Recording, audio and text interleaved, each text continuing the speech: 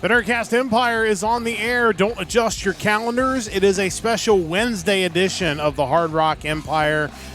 I am Matt in the studio. Great to have you along with us. This is episode number 190 of the Nerdcast Empire and episode 87 of the Hard Rock Empire. Special Wednesday edition as I have been on the road and I am about to go back out on the road for a couple of days. So we had to kind of squeeze this in to a narrow window and we were able to do so. This is the episode that would have typically aired last Sunday. It is the music of September the 26th this week.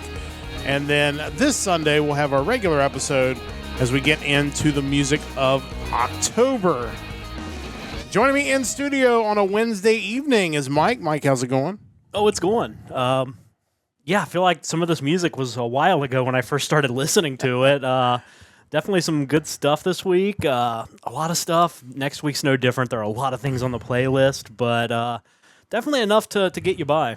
Yeah, it's an interesting list this week. It felt like there was some good stuff out there, and then there was some stuff that some of it was good, and maybe some of it was not as good, or just didn't really stand out. So we'll get to that coming up in our second segment. And of course, we'll post a link to Mike's playlist so you can check out the music for yourself and be able to choose what you really enjoy out of this week's list.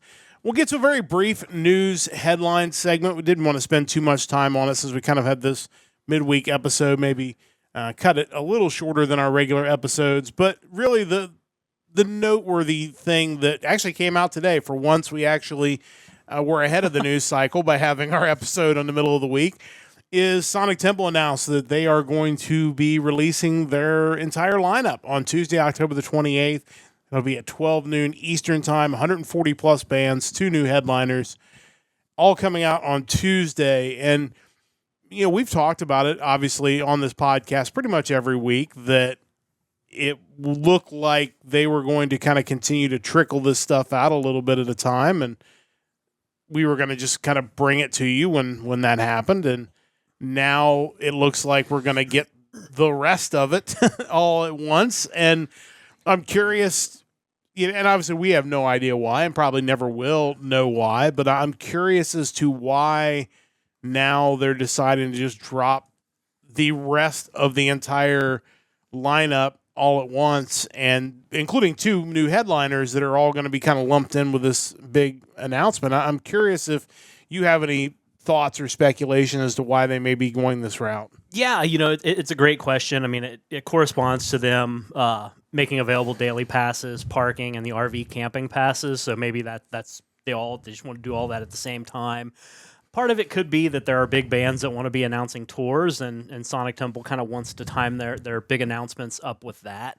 Could also be maybe that they're not moving tickets as quickly as they thought they would. I think sometime soon they plan on upping the price of the tiers, so that could be timed with that as well. And it could also be a matter of, they've had, 6 or 7 rounds of these bulk announced bands. Maybe the feedback they've gotten from people up to this point just made them think it wasn't worth continuing, and hey, let's just go ahead and get it all out there and see what happens. It's tough when you're asking people to spend the kind of money that it does cost to go to these festivals for you not to just give them the whole lineup. I think if there's surprises that you want to kind of leak out a little bit beforehand, I think that works really well to get people excited for it. But in the end, if they're going to drop several $100s on this, they're going to want to know are they going to get the bang for their buck? It's kind of, the timing is funny because obviously I was just out in Las Vegas and they had the When We Were Young festival, which was supposed to be a 1-day event and then sold out. And so they added a second day with the same bands, but it was $425 for general admission. This wasn't even like the VIP for 1 day of that. I'm pretty sure that that's very much in line with what you could pay to see 4 days of Sonic Temple. So it's still, I guess by that margin, a value in a lot of ways. Yeah, at the end of the day, if you like heavy music, it would be impossible to not get a value out of a Sonic Temple pass. It's impossible. I had to look it up because I wasn't really aware of the lineup for the When We Were Young festival. And honestly, The headliners, I get why they're headliners to some people. Blink-182, I'd probably put at that level. Panic at the Disco, probably not so much. They seem like the band that would be the second or third on the main stage, in my opinion. They had some decent bands on kind of the undercard. Bad Religion, The Offspring, Weezer. Wouldn't mind seeing Yellow Card, I suppose. Yeah. But that's still, I mean, that is like what looks like maybe one day of Sonic Temple. Yeah. For being honest. Well, and that's, we talked about it off the air, but, had I been able to get a pass for like $50, yeah, I probably would have jumped over there, even if it had been in the very back, just to, because like you said, I've never seen Bad Religion. I would love to see Bad Religion. There's even a band like Yellow Card, like you mentioned. Like, it's not one that I necessarily run out to see, but if I was there, Ocean Avenue is a great song. Absolutely, and again, that's what festivals are about, is maybe seeing a band's entire set when you really don't know all their music. So, yeah, that price was kind of crazy. But getting back to Sonic Temple, and we'll talk about this not this weekend because obviously this announcement comes out next week, but the following week we'll certainly break down the lineup and kind of what we think. You mentioned that there's a chance, one of the possible reasons is that they could be trying to time this up with tour announcements. And that, of course, gets people to speculate on, well, who's talking about big tour announcements? And you mentioned one band in particular that I think would certainly qualify as a headliner that supposedly is also making some sort of an announcement next week. Yeah, I saw on Reddit, evidently at some stadium or an arena somewhere, there was an advertisement suggesting that Foo Fighters were making some announcement next week. So that sparked speculation that they may be one of the headliners. Other bands that I've seen their name floating around: Green Day, Slayer, possibly. Who was the other one that I saw? Parkway Drive was another one. I just going back again to why they're making this bulk announcement. When you compare what we know right now about the festival and the headliners to this past year's headliners, first off, My Chemical Romance, would you put them on the same level as Korn, Metallica, and Linkin Park? I wouldn't. I do know people that probably would, but that, again, it's a different era of music. Yeah. Like, it's people that are, I had a friend of mine who messaged me that she was at the When We Were Young. Like, I know she's an MCR, absolutely loves MCR, and probably is super stoked about them headlining a night. It's tough because, to me, Metallica is kind of on an island by themselves. Very few bands are at that level Yeah. that are still current and touring. Yeah, there are very few bands that are ever going to play Sonic Temple that's going to... So you almost have to remove them from the picture. Like, to some fans, could you put MCR and Korn side by side and say...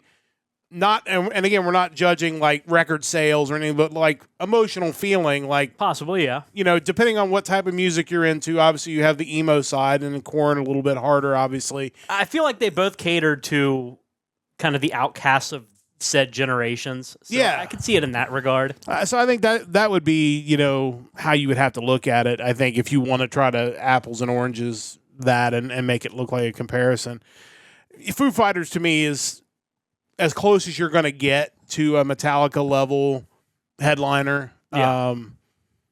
Beyond that, I'm curious to see where they go with it. I'm honestly, I'm really more curious about the undercard bands because we've talked about it ad nauseum, and we won't rehash it out here on this episode. But where's the power metal? Where's new wave of British heavy metal? Where's there's all these bands we talk about each and every week.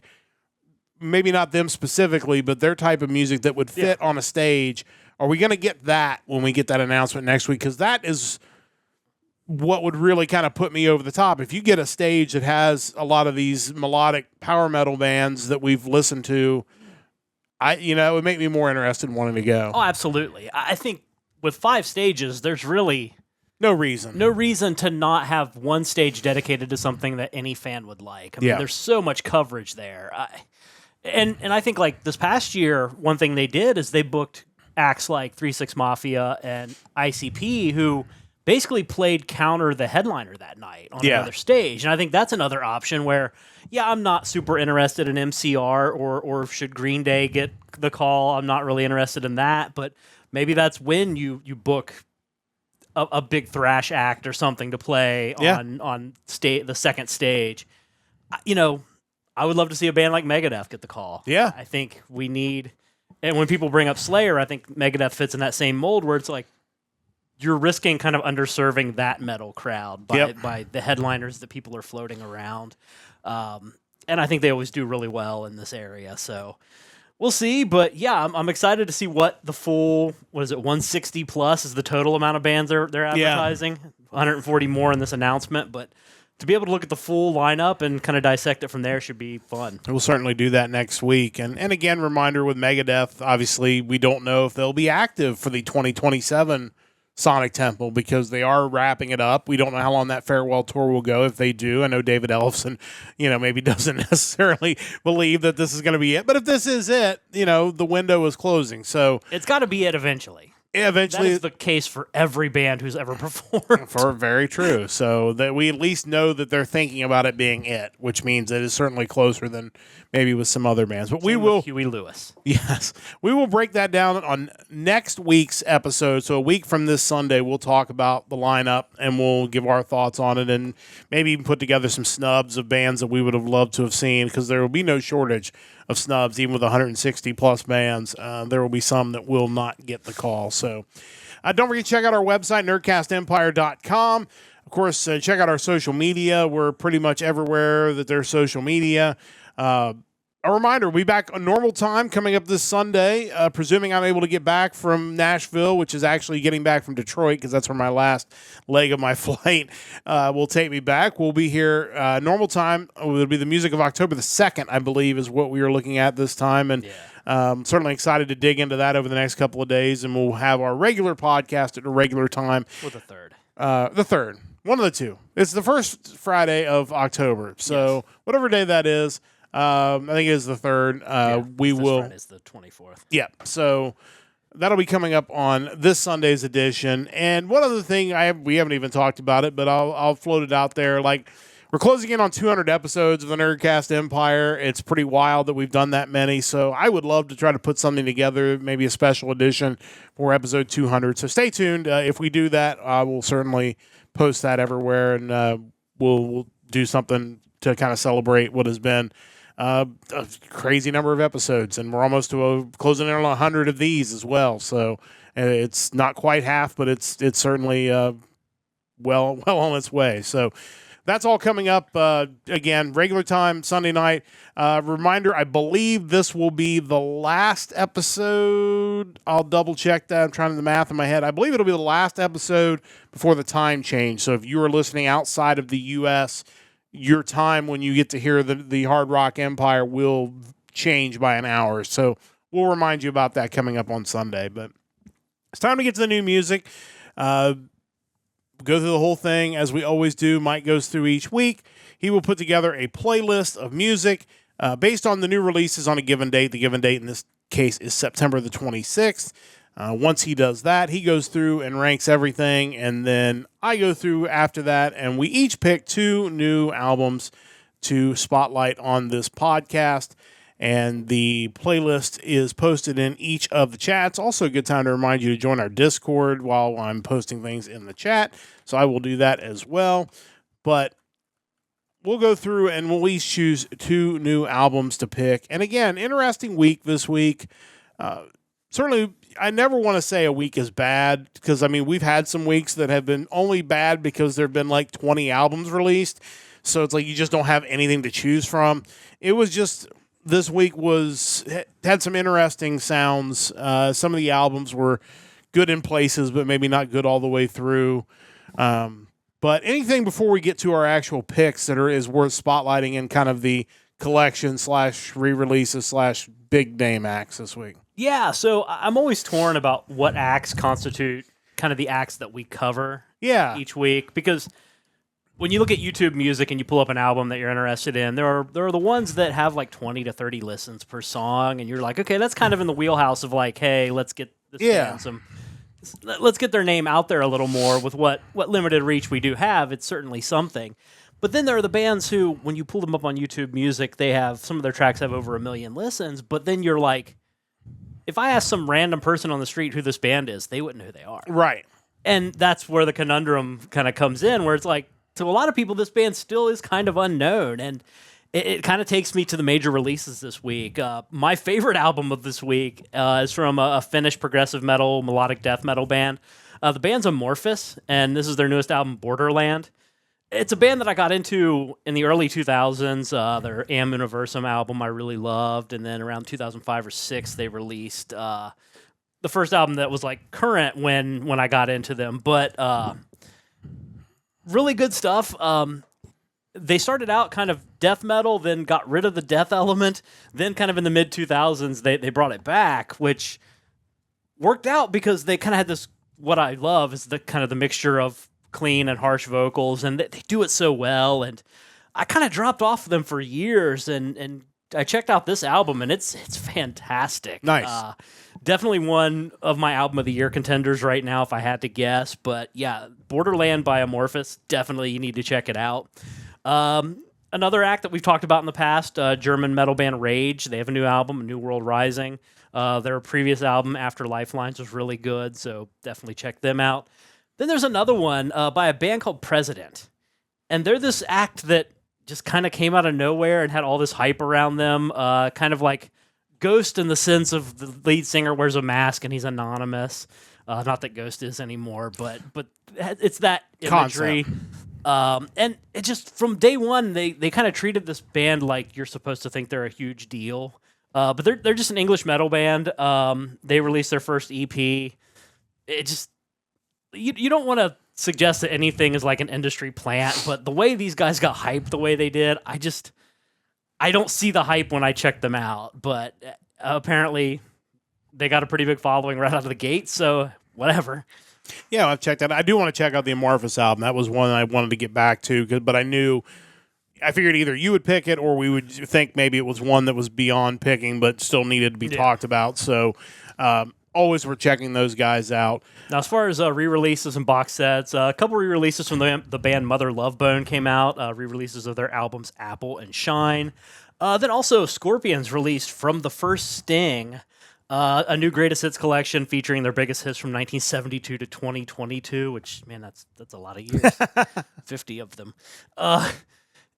I checked it out. It looks cool, but, man, Scorpions are such a great band. You just can't sum it all up in one greatest hits collection. No. You just can't. No, for sure. I mean, if you're looking to get into the Scorpions, it's a great place to start. But, yeah, it's only opening the door to their greatness over the years. And if you get a chance to see them, still encourage it. We saw them a couple years ago.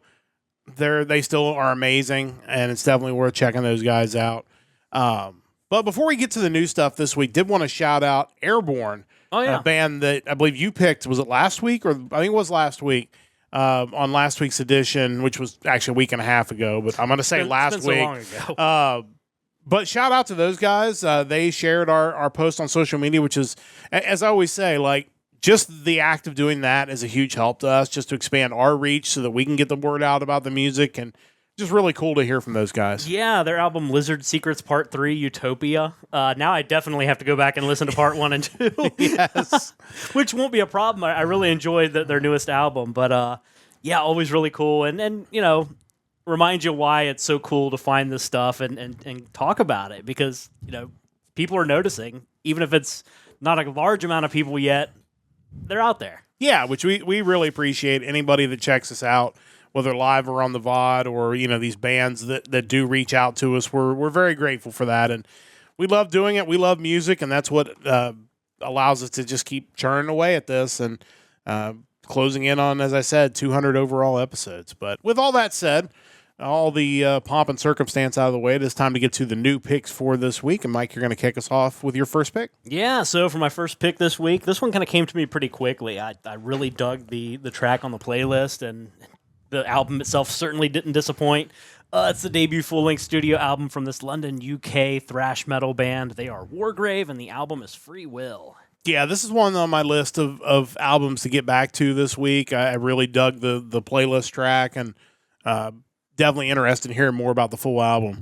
Yeah, so they formed in 2021. The band consists of Charlie Gossett on bass, Steve Brill on drums, Trent Powell on guitars, Stuart Lane on guitars and backing vocals, and Roman Kantok on vocals. Metal Archives has former band listings for a lot of these members going back as late as like the late 2000s, but nothing overly extensive. So kind of cool to see these guys up and doing this together. They've had prior singles and an EP in 2024, but even taking that into account, I'm still amazed at how great this album sounded. You just think these guys have been in a band together for 4 years. How do they sound so cohesive, and the production just sounds so good? After giving it a listen, I read the review on the album on Dead Rhetoric, and what was said there really mirrored my thoughts as I was listening to it, and it basically said, we know that sooner or later a lot of the old guard will fade away into the sunset, the Archives remaining a discography that's legendary, but for heavy metal to thrive and survive, new blood needs to be molded and supported. Wargrave with this record, Free Will, should be in that list of ones to watch category. Not just to infiltrate their UK scene, but to grab a strong following in all parts of the globe. And yeah, I couldn't agree more to that with that, I should say. And that's kind of a sentiment that we get back to week in and week out, where I'm not necessarily a big modern metal fan. I think there's still very much a place for music that doesn't fall into a lot of those modern tropes that you hear. And, you know, I mentioned like the President EP that came out. It's just, that's not really my style. So when there are bands that come out that have this fresh but classic sound, you got to get behind it and support it. And I hope these guys really, really take off from here. Standout tracks on the album include the title track Free Will, Break These Chains, Light 'Em Up, Only Here and Now, and the track that I picked to listen to, Rise of the Titans. Check these guys out now. This is Wargrave with their new album Free Will. This is the 7th track off of that album, Rise of the Titans. Let's listen to a little bit of that now. The fire will prevail in every corner of this world. The might and strength will reign. This is the time to get what we deserve. The Titans rise. Titans rise again.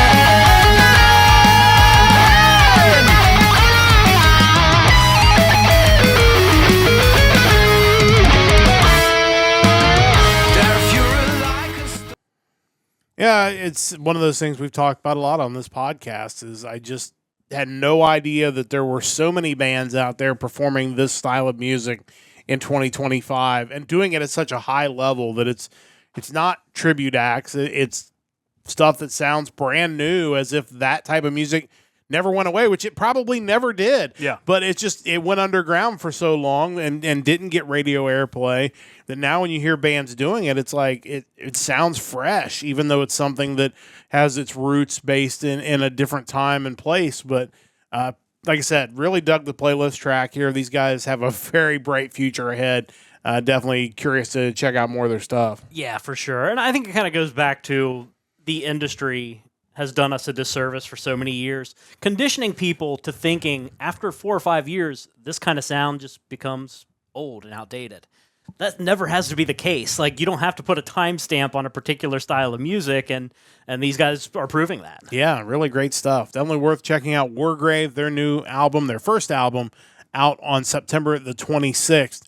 As always, you have 2 picks. What do you have for pick number 2? So yeah, as we get into October with our new releases, you always kind of look for stuff maybe in that Halloween horror punk vein, and definitely found one here. It's the newest album from a Swedish horror punk band.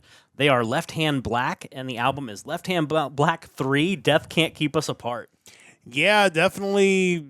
As soon as I looked up the artwork for this, I thought this definitely has a Halloween type horror vibe, but like I said, great track off the playlist. Definitely curious to hear more about this. Yeah, so these guys, I had a little trouble finding detailed information about them. I would find interviews here and there that would refer to some of the members by their first name.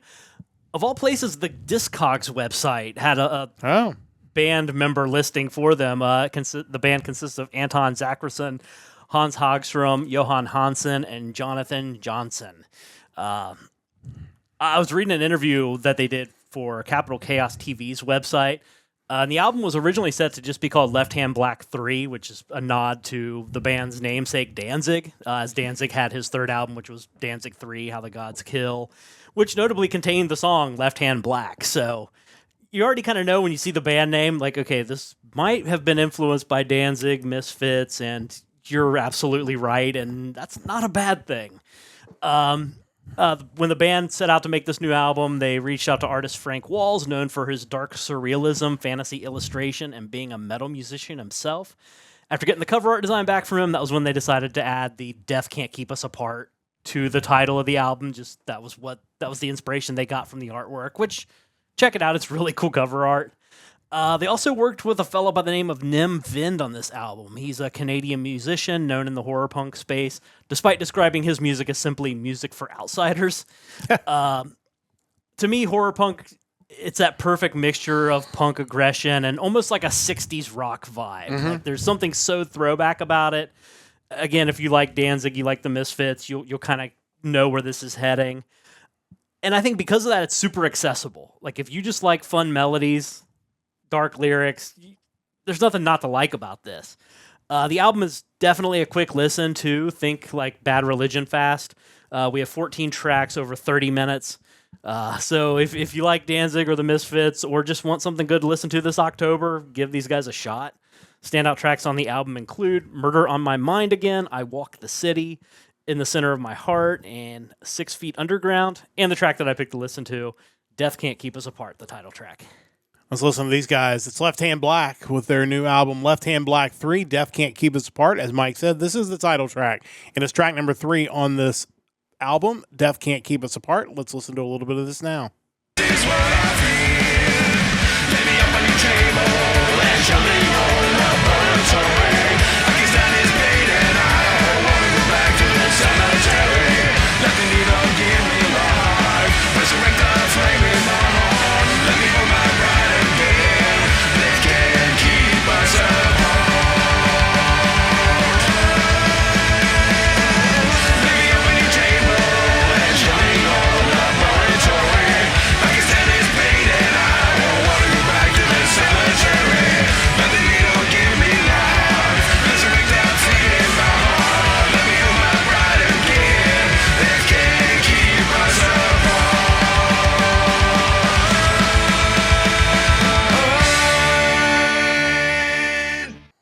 So these punk songs just go right to the end. Just 'cause play it's the whole just- thing. I guess it was very short.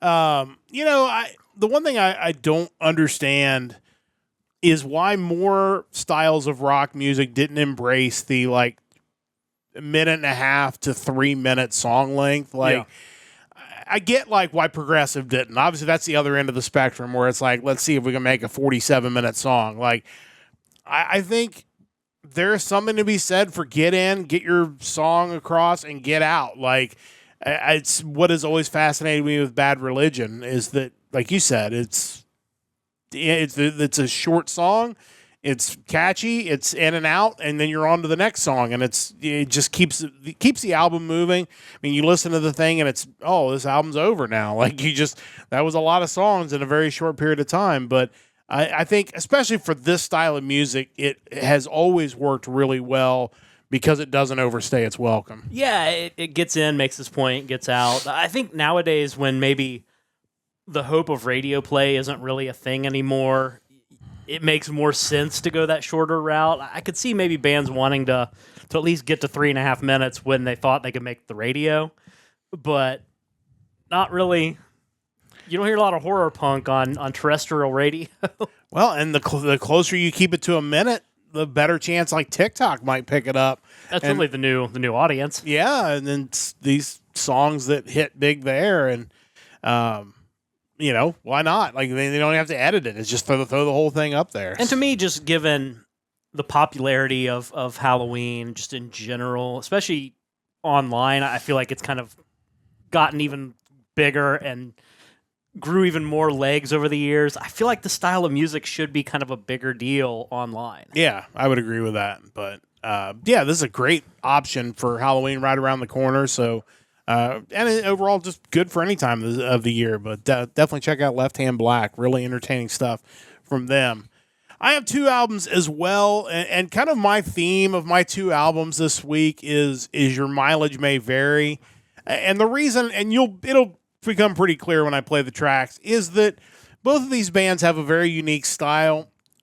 Some people like the style, some people maybe don't like it as well. I think both these bands are really good, and they did a really nice job with these albums, and I really enjoyed them, but they do have a distinctive sound about them that some people may not get into, and that's true of a lot of songs that are on the playlist each and every week. But I just want to throw that out there because this first one in particular is a style that a lot of weeks I will listen like, oh, that's fine, and kind of move it aside. But I thought these guys did it well enough that it merited kind of, putting this album out there for everybody this week. So my first pick is a melodic power metal band from Hamburg, Germany. It is Terra Atlantica with their new album, Oceans. I think the first thing before I even get into the talk about this album is that obviously you should check out Mike's playlist, but you should go to this track off of this playlist, which we're going to hear a bit of in a minute, and watch the video, because to me it was a very entertaining video, and as we've talked about, that's a sure way to get one of our attentions if the video is fun. Yeah. And they put work into it, and these guys did that. This band was founded in 2014. This is their 4th full-length album. The band is Tristan Harders on vocal and guitar, Nico Hauschilt on drums and backing vocals, David Wiezorek on guitars and backing vocals, and Julian Prüfer on bass and backing vocals. Apologies to both bands. We have a band from Germany and a band from Iceland, so I will do my best with their names. If you're not a fan of the thematic, over-the-top melodic power metal, this one might not be up your alley. I just think these guys did it really well, which is kind of what makes them stand out above a lot of the Viking metal that we get, because to me it's kind of along those same lines of you're going to, most cases, let's get our axes and go into war. These guys are like, let's get on a submarine and go into war. Same feeling, same vibe, different way to go about it. Angry Metal Guys reviewer was not a fan. Said it reminded him of a metalized the Muppet Treasure Island soundtrack. To me, that doesn't sound like a bad idea. Right. Like, I don't know that that's necessarily a criticism. And again, my point with this is, not everybody's a fan of every type of metal. I thought this was a lot of fun. The video for the song we're going to listen to was a lot of fun. And really, some weeks, like, that's what I'm looking for. Is it well done? Is it catchy? Is it fun? And that's what kind of drew me back to this. After I listened to a lot of albums this week, and I kind of kept coming back to this one. So I really enjoyed it. And again, if you're a fan of this type of music, I think you're going to dig it as well. Standout tracks, and you'll get the theme pretty quickly, include Hoist the Sail, Caribbean Shores, Through the Water and the Waves. And the track we're going to listen to on the podcast is Land of Submarines. Check these guys out, Terra Atlantica, with their new album, Oceans. This is the 8th track off of this album, Land of Submarines. Let's listen to a little bit of that now. Stingrays out run aside. They turned into the fight and set the torpedoes ablaze. Diving deeper, sinking further, reaching out so far beyond the shores. Deeper, diving deeper to the land of submarines. Descend into the waves and leave your worried mind at ease. Down in the black, our hopes coming back. Relentless, we rise up once more from the land of submarines.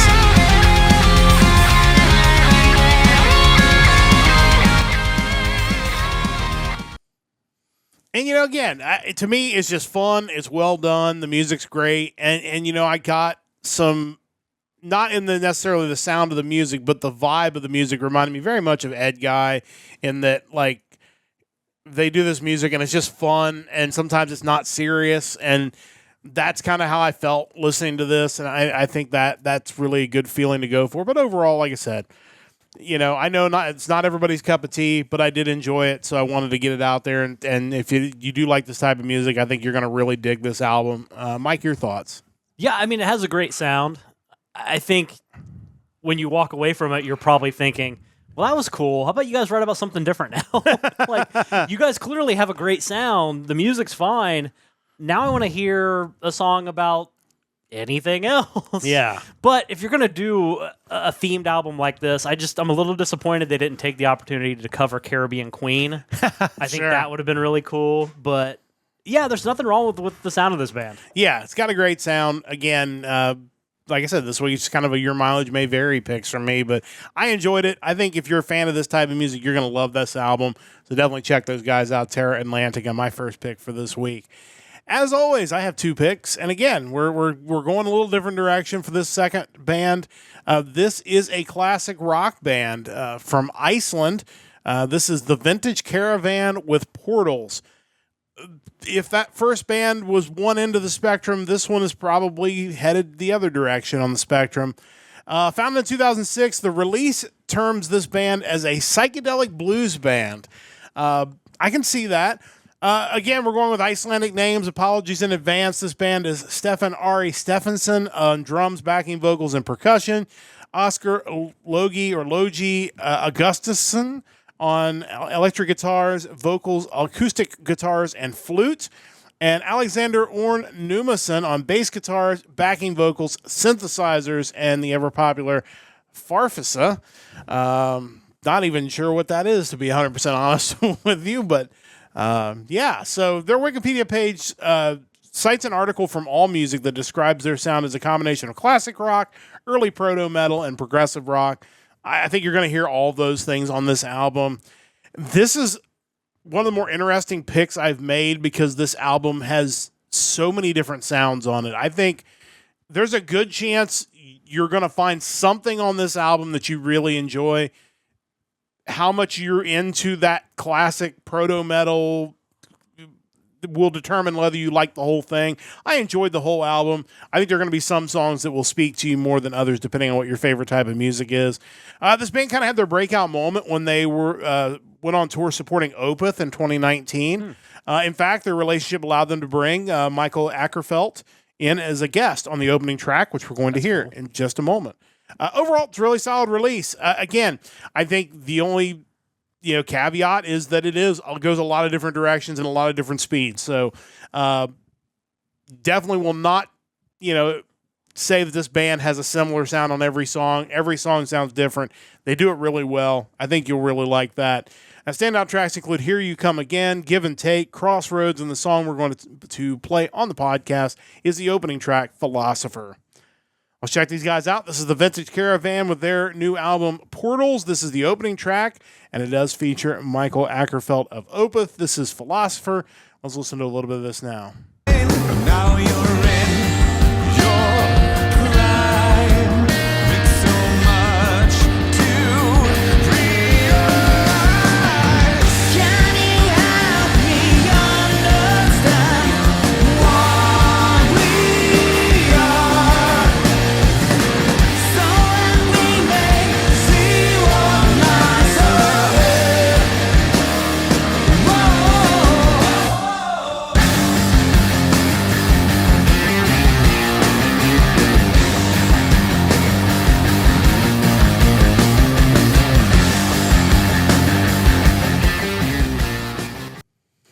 But yeah, just kind of night and day different from the first pick. But again, I think it's really well done, and it is very diverse, which I credit bands when they're able to release an album that has so many different sounds on there. I think that's really shows the musicianship involved with these guys, but definitely different for sure. Mike, your thoughts on the Vintage Caravan? Yeah, I thought this was one of the more interesting albums this week. Really cool to see someone from Opeth, of all bands, contributing to what's like a psychedelic progressive thing. I mean, Opeth is kind of a progressive metal band themselves, but you don't really equate them to anything like stoner psychedelic necessarily. Yeah. But that was kind of the thing this week. There was a lot of stuff that just I wasn't expecting, but turned out to be pretty good. From what I gather, Farfisa is a company that used to make electronic organs, or still does. Okay. But in the 60s and 70s, used by a number of popular musicians, including Sam the Sham, Country Joe and the Fish, Pink Floyd, Sly Stone, Elton John, Blondie, Suicide, the B-52s. So Okay. Yeah, kind of weird looking little organ, but that's cool. That is cool. Yeah. And again, they have a variety in their sounds, so no surprising. But yeah, definitely check those guys out. If you're looking for something different this week, highly encourage you to check out the Vintage Caravan, my second pick for this week. That takes care of our new music. It's time to head into the vault, where Mike and I will each give you a classic album to check out. Mike is traveling the world in search of metal in places where you might not expect there to be metal, and he has been on quite the journey already, just a few weeks into this journey, but I think maybe got to a place where there were some more options this week. So let's talk a little bit about where you are and maybe a little bit about where you've been in the vault. Yeah, so I've been all over the place, and it's been a challenge from time to time. I don't think I logged. Let's see. Yeah, so the week before we were in the Ukraine, which was fairly easy. Turkmenistan before that, which was not, as was Vietnam, Uganda, and that Israel, and then we started out in Namibia back on the Music of 815 episode. So it's been a journey. This week we kind of lucked into Faroe Islands, which didn't have a huge selection. It's not a very large place, but it definitely gave me options. Looking at metal archives for the Faroe Islands, there were 15 bands that showed up, 11 of which are active, 4 that are listed as split up. You know, we previously featured a band from Faroe Islands, the band Tyr, and their 2024 album Battle Ballads. They're not they're on the metal archives, but they're listed as being from Denmark and previously from Faroe Islands. What I didn't realize is that Faroe Islands are actually part of the Kingdom of Denmark. Like, oh, that's okay. all that them and Greenland both, I believe, are all kind of under that dominion. So Are they near Denmark? they're pretty close. I'll point it out on a map. So yeah, kind of breaking down the bands. There were 4 with the black metal tag, no power metal bands, 2 bands that were considered progressive, 5 thrash, and 7 death. So one of the first bands I saw on the list was listed just as thrash metal and no other tag. So I thought, hey, they're active. This could be a pretty easy pick, and I wasn't disappointed. The band I ended up going with, it's their second full-length album. They are Asyllex, and the album is Ephemeros.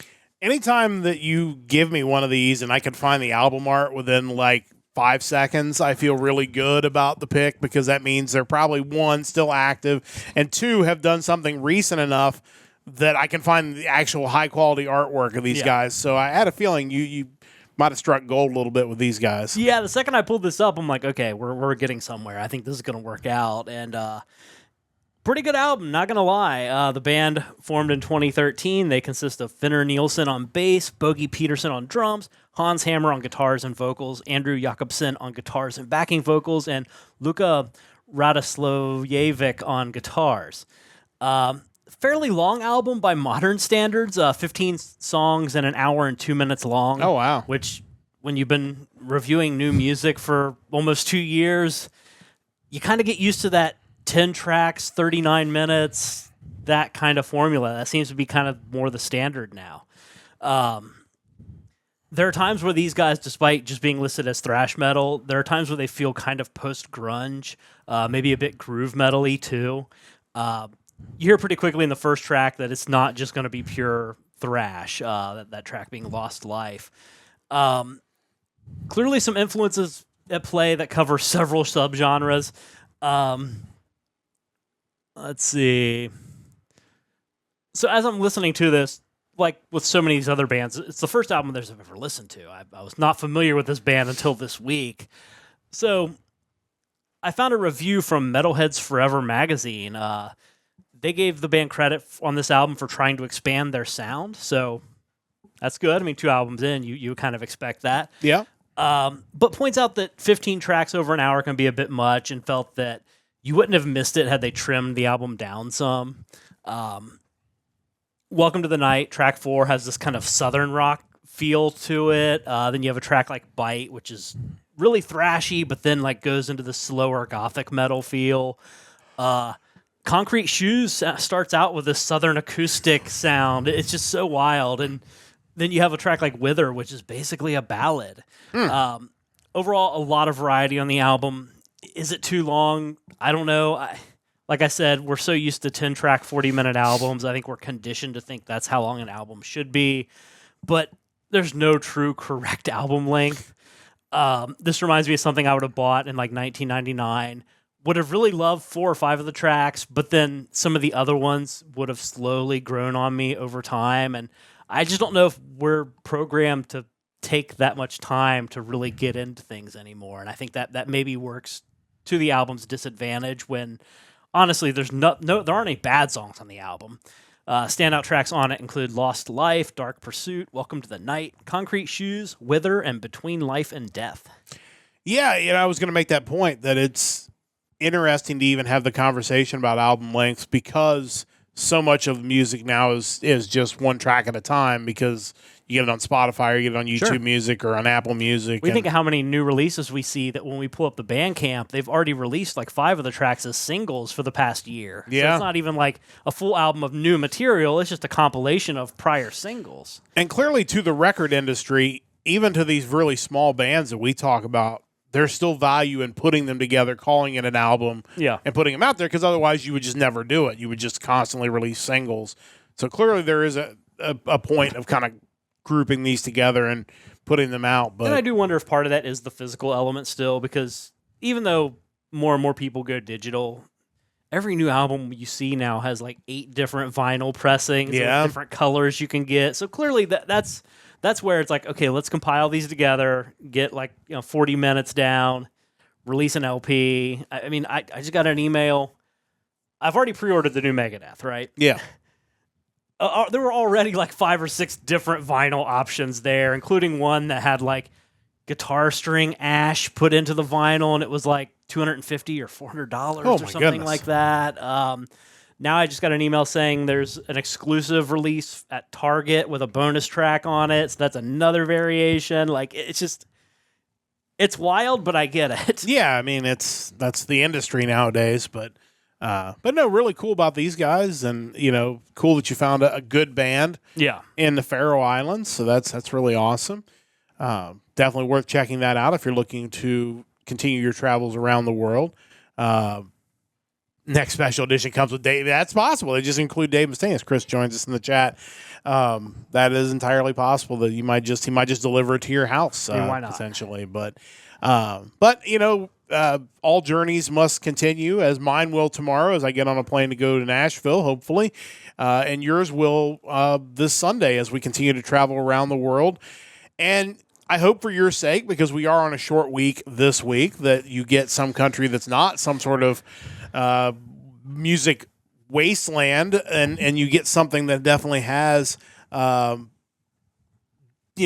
something more than just 1 or 2 choices. But it is time to go to the random country generator and figure out where you're headed next. The fun thing is, and I just thought about this, every 7 or so weeks we should go where in the world is Carmen Sandiego, and I have to point where on the map each of these countries are.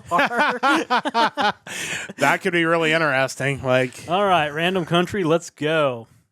Okay. That should be doable. That should be doable. Of all the things you could have potentially got that could have been really bad, this one should have a lot of good options. Yeah, so I will be enjoying picturesque landscapes, majestic Alps, iconic architecture, rich cultural heritage, charming towns, delightful cuisine, famous composers.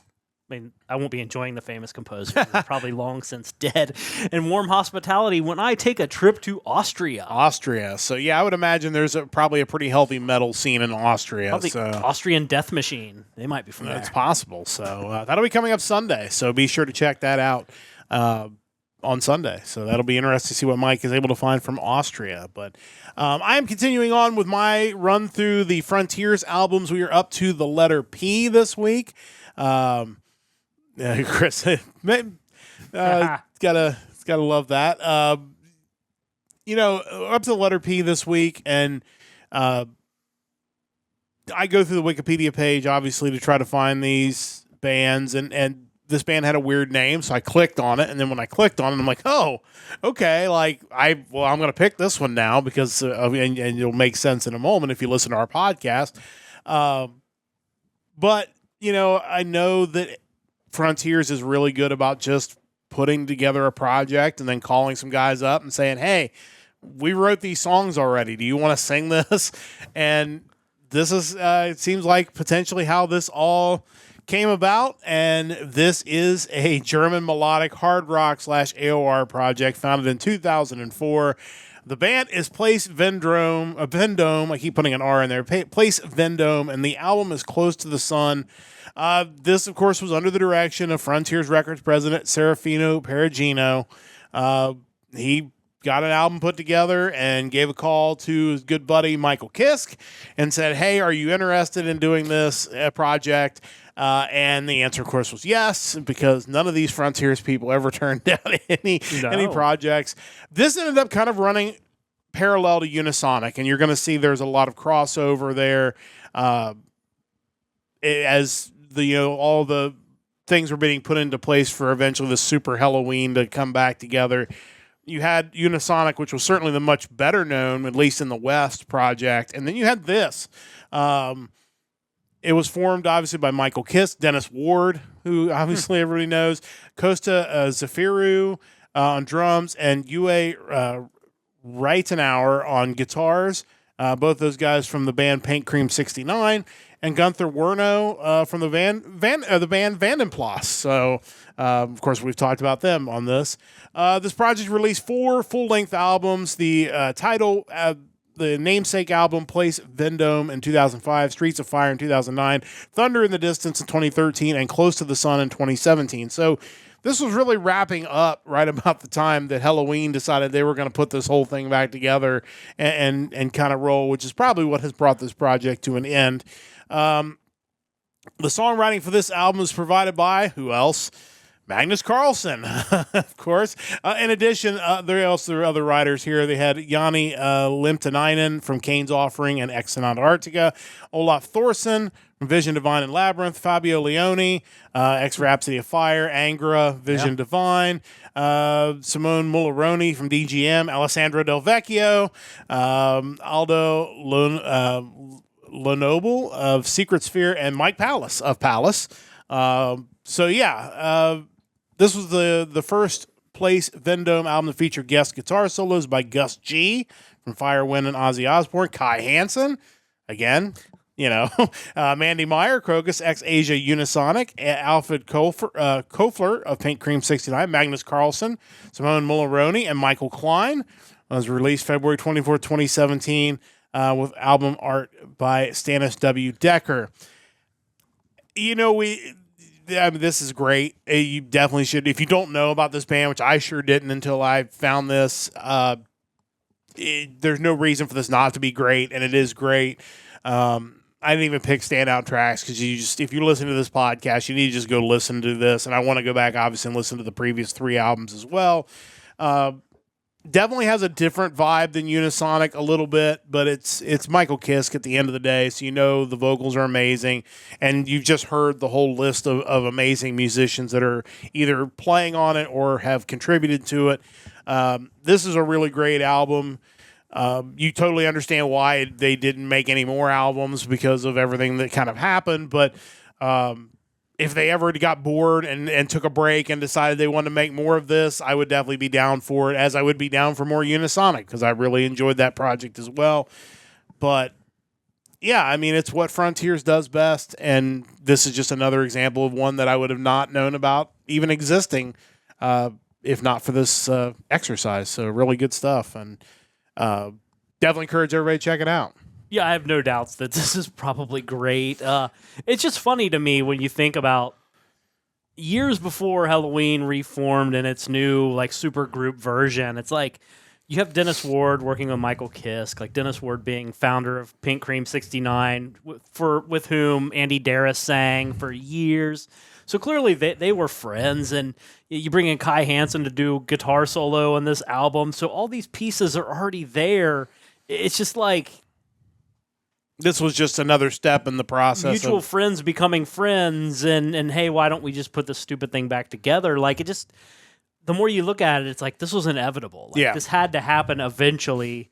And we talk about aging rockers who have never-ending beefs with former bandmates, and it's just like, this is the mature conclusion you want to see every band have. Yeah, it turns out what you need is to get signed up with Frontiers and then just have all the friends of the people that you have beef with get together and do music with them, and then eventually it all gets sorted out, and then you end up with this, amazing new album from Halloween as they continue on what they're doing, and that's the thing is I didn't pick Halloween for the Power Trio, but it'd be a great pick because you have all of these guys' individual projects. You could do a 5-hour show. Yeah, or you could do a different show every night. And you could, one night you're doing Unisonic songs, and the next night you're doing, classic Halloween, and, then you're doing the new album in its entirety. And that's kind of one of those things. But, definitely really awesome stuff. Next week, we're going to be talking about Pretty Maids. Oh, nice. Their album Pandemonium. So looking forward to that coming up next week or I should say next week. It'll be this Sunday. We'll be getting into that. So check your local listings. Check your local listings for times in your time zone. But that is our vault once again for this week. It's time to get into the Power Trio, the Hard Rock Hat Trick. And we got a couple good ones for this week. We'll talk about the other one on Sunday. With Halloween coming up, but I thought might be a good time since I was in Vegas and everybody's playing in Vegas. I mentioned there was the festival out there and the Caesars Palace where I was staying. I could have gone and saw Alanis Morissette, who was performing at Caesars Palace. Way to spoil one of my picks. Yeah, well, disappointing. Yes. So it was. I looked at the ticket. Honestly, I did look at ticket prices. I was like, look, I'm in the building. If it's like $50. Yeah, for the right price. I might just go see Alanis Morissette. It was not $50, so I did not go see Alanis Morissette. But the question this week is 3 bands that should have a Vegas residency, and obviously you could in theory pick bands that have already had one, or maybe. You can pick your own band if you have one. Yeah, if you have a band, you can pick one. And again, join our Discord. You can tell us who you think should have a Vegas residency. But for those who don't know what that is a lot of these bands who are getting up there in age or individual artists will basically just pick one of these casinos and will just sit there and they'll squat and they'll do weeks and weeks of shows. And it makes a ton of sense because it makes sense for the casino because all these fans will come flocking in and pay $38 for chicken tenders and fries from Guy's Chicken at the, which, it was really good. Highly recommended. When you're in Flavortown, what are you going to do? I had to go Flavortown, and it was really good. It was probably the best food I had from the food court this weekend was a Guy's Chicken. But if you're going to do that, you can come in and see your favorite band at a residency, and is it Chicken Basket level? It's not the home of the Chicken Basket. It's not, but it's way better. Way better. The sauce is really what put it over the top, as you would expect from Guy Fieri. Well, yeah.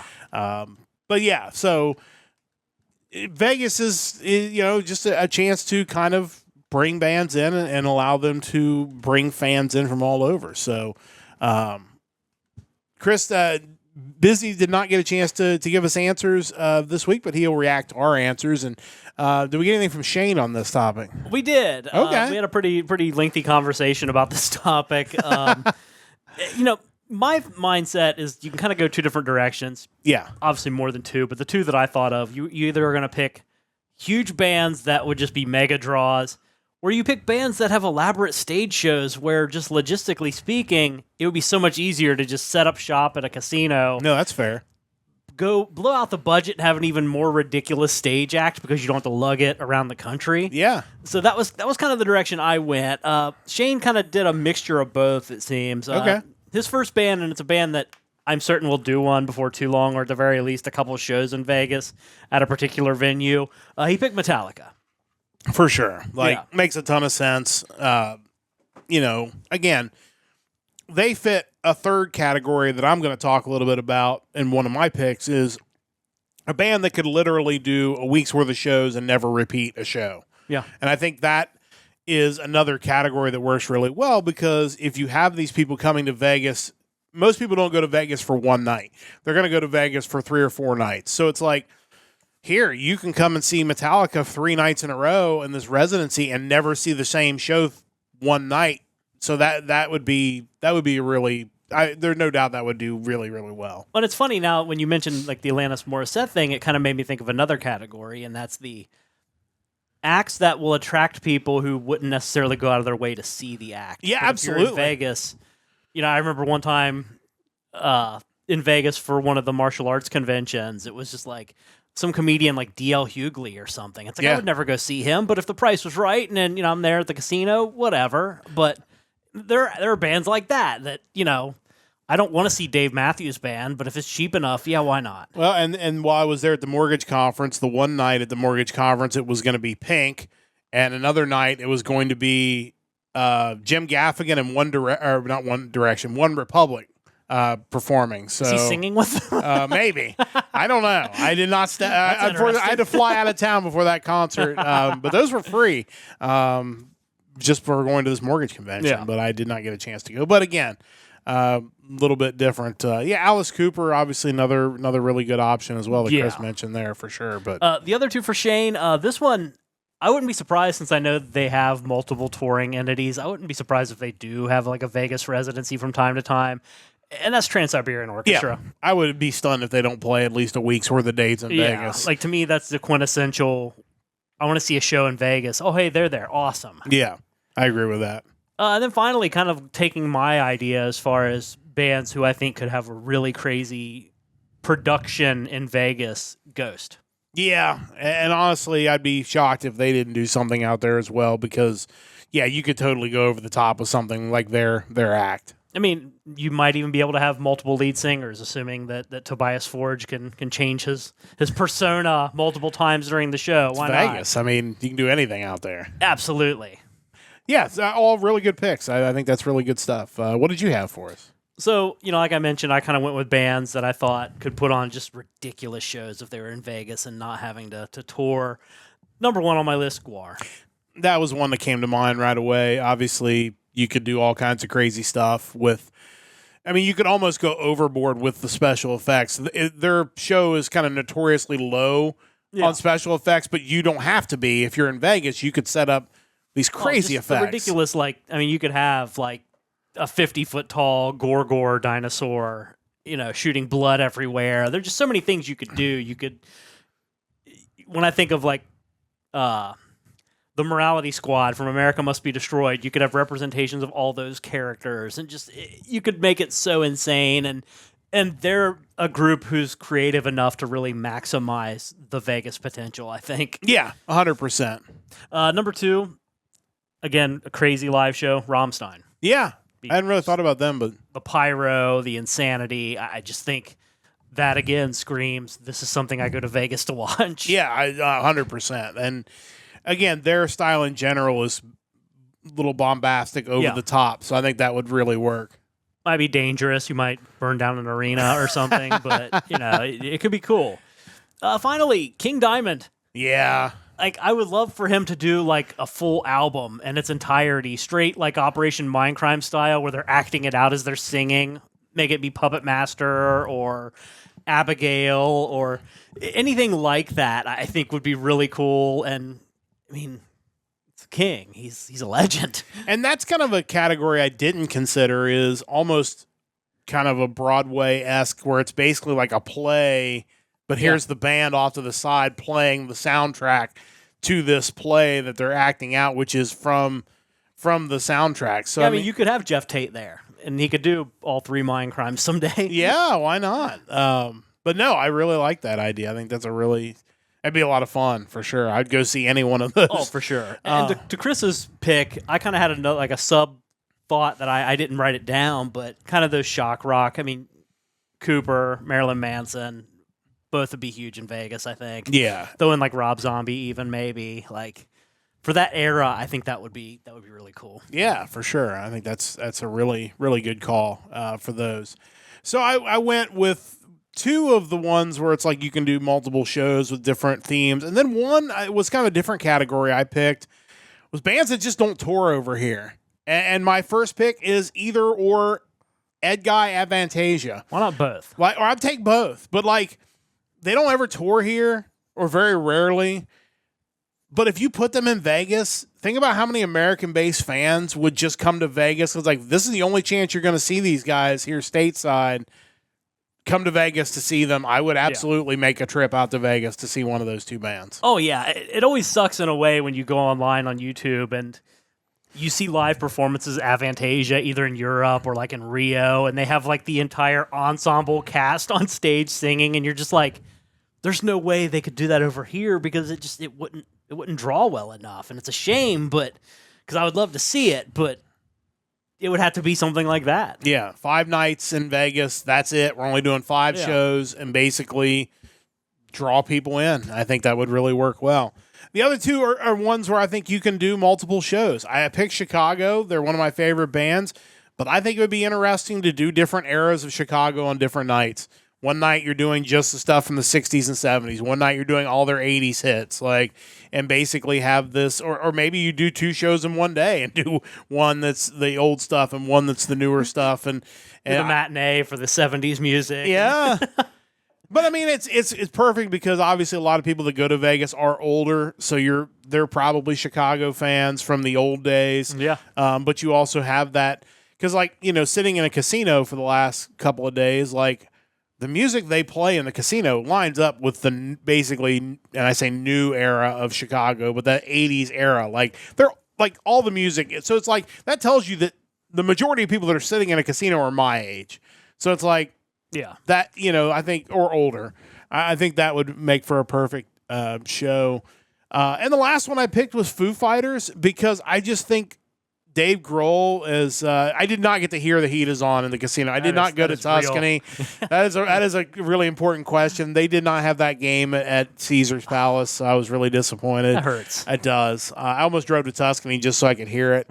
But maybe Hornswoggle will be there. Yeah. I picked Foo Fighters because I think if Dave Grohl had the opportunity to do a residency, I think it would be interesting for him to just bring in a bunch of different artists and do maybe there would be one night a week they would do a true Foo Fighter show, but then you could do Nirvana songs or Queens of the Stone Age, or he would just bring in, because kind of like what was his documentary that he did where they had the studio where they brought all the people in, and I can't think of what it was called. Yeah, but something like that where you almost bring in these artists and do sets where it's almost like cover shows, but they're all really famous people and they're covering their music. So I thought something like that would be, I mean, even just the Foo Fighters alone would draw a huge crowd, but I think he would have the kind of the foresight to maybe do some other things that would make for an interesting residency. Yeah, I think that would be cool. Anytime you get to see something that you don't normally get to see, no matter who it is, I think that's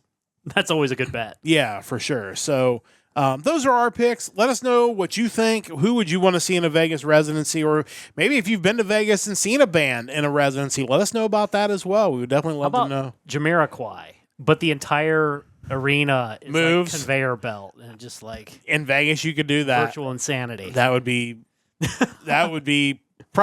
I will say one last thing before we wrap up the podcast. The one thing I was going to do, and I didn't do it, but I'm really kicking myself because the reviews I've read on it are really amazing, is at the Sphere, which is obviously the really futuristic venue they have out there. They've been doing showings of The Wizard of Oz. Oh, yeah. They said they've been recreating the tornado inside the Sphere in some realistic way that is bloom. I can't remember the amount of money they said the show has raised, but it's just an insane amount of money. Evidently, it's been hugely popular. I was going to do it the one night. I didn't. I kind of kicked myself for that. But I just, like you said, that made me think, you want to do something with conveyor belts, you could probably do that there. There really is no limit, and that's what makes having a residency so awesome. Yeah. But, yeah, let us know. Join the Discord. Let us know what you think would be an interesting time in Vegas. That's going to wrap things up for our special edition of the Hard Rock Empire. Thank you for joining us on this Wednesday evening or whenever you're joining us. We'll be back on Sunday, regular time, 7 o'clock Eastern time. It's our last show before the time change. The music of October the 3rd will be on the docket, so please join us then for another episode of the Hard Rock Empire. Big thanks to Chris for joining us in the chat.